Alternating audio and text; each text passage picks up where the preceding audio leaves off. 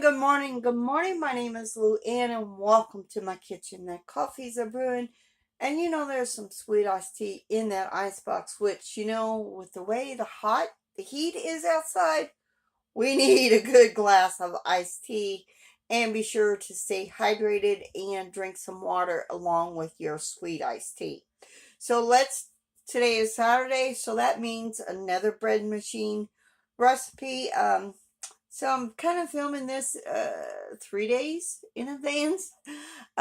So let me turn the camera around and let's make some pumpernickel bread. I've been anxiously waiting to make this. So just so you know. So let's turn the camera around. Let me get them baking. So we have 3/4 cup of water.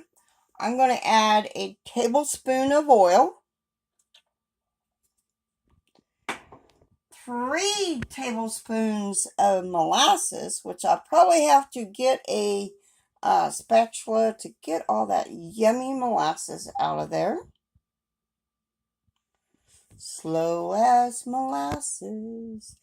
Everything is slow as molasses. So we got our water, our oil, our molasses. That is all our liquid ingredients, and that is 3/4 cup of water, and a tablespoon of oil, and 3 tablespoons of molasses.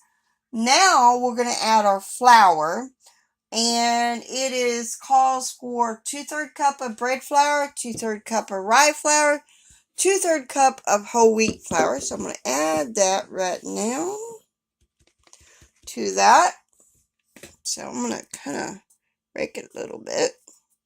So now we're going to add 2 tablespoons of cocoa powder and a teaspoon of salt. And believe me, there is salt in there. You can't hardly tell because the cocoa powder kind of covered it up. And we're going to add 2 teaspoons of caraway seed. Oh, I forgot my yeast, y'all. Forgot my yeast.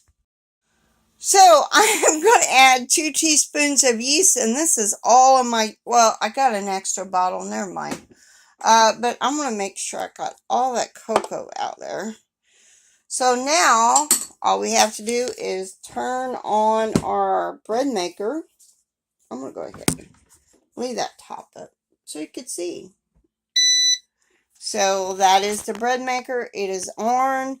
So, of course, we're going to do crust color is light. And then just start.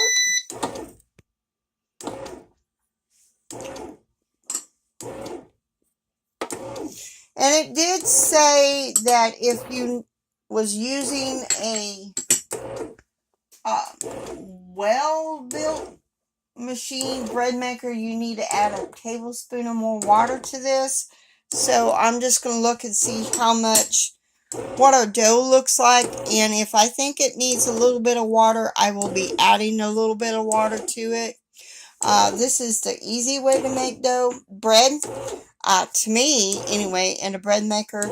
I am making another bread recipe today, but you won't see it until August, which August starts fall into baking.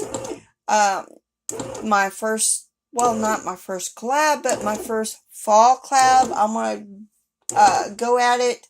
It is going to run from August all the way to the end of December because there's a lot of baking in November and December. So I'm going to go ahead and continue and let it run all the way until December. I know December's not officially, all of it isn't officially fall, but hey, might as well have fall into baking because there's a lot of baking stuff going on in December as well, and in November. And of course, there will be Pie November as well. So I'm going to let this do its thing, and then I'll be back when it's done.